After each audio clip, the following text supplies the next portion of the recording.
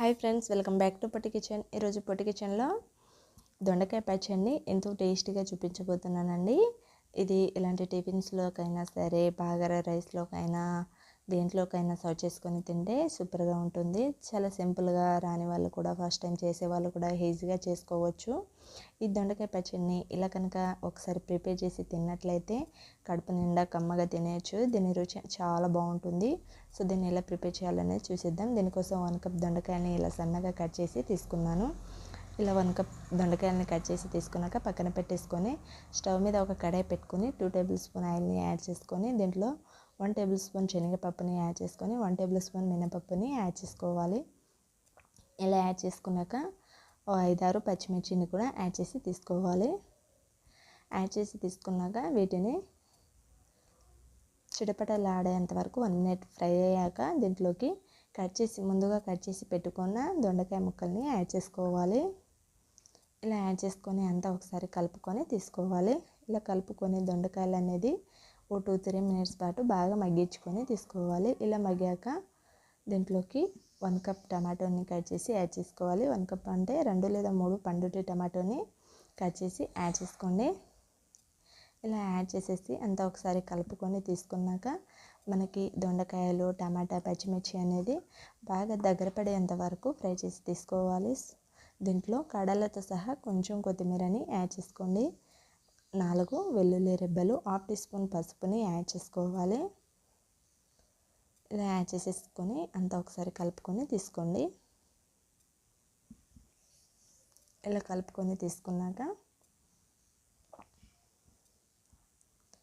దీంట్లోకి కొంచెం చింతపండుని యాడ్ చేసుకోండి. చింతపండు ఫ్లేవర్ అనేది మీకు నచ్చకపోతే స్కిప్ చేయొచ్చు. సో వేసుకుంటే టేస్ట్ అనేది మరింత బాగుంటుంది. సో అంతా ఒకసారి కలుపుకొని మనం స్టవ్ ఆఫ్ చేసి పూర్తిగా చల్లారిపోయాక ఒక మిక్సీ బౌల్ తీసుకొని దీంట్లోకి యాడ్ చేసేసుకోవాలి.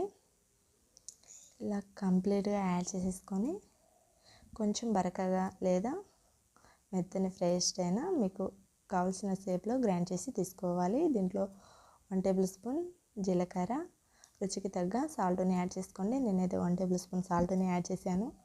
ఇలా సాల్ట్ని కూడా యాడ్ చేసేసి మెత్తగా గ్రైండ్ చేసి తీసుకోవాలి. సో నేనైతే మెత్తగా కాకుండా బరకగా కాకుండా ఇలా నార్మల్గా గ్రైండ్ చేసి తీసుకున్నాను చట్నీ.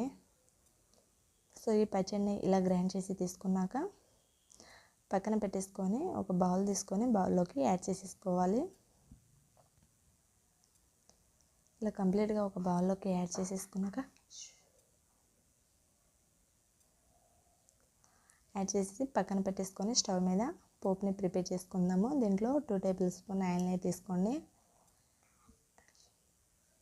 ఆయిల్ని యాడ్ చేశాక దీంట్లోకి పోపు దినుసుల్ని యాడ్ చేసుకోవాలి. 1/2 టీ స్పూన్ మెంతులు, 1 టేబుల్ స్పూన్ చొప్పున శనగపప్పు, మినపప్పు, ఆవాలని యాడ్ చేసేసి దీంట్లోకి యాడ్ చేసేసుకొని దీంట్లో ఒక ఎండుమిర్చిని తీసుకోవాలి.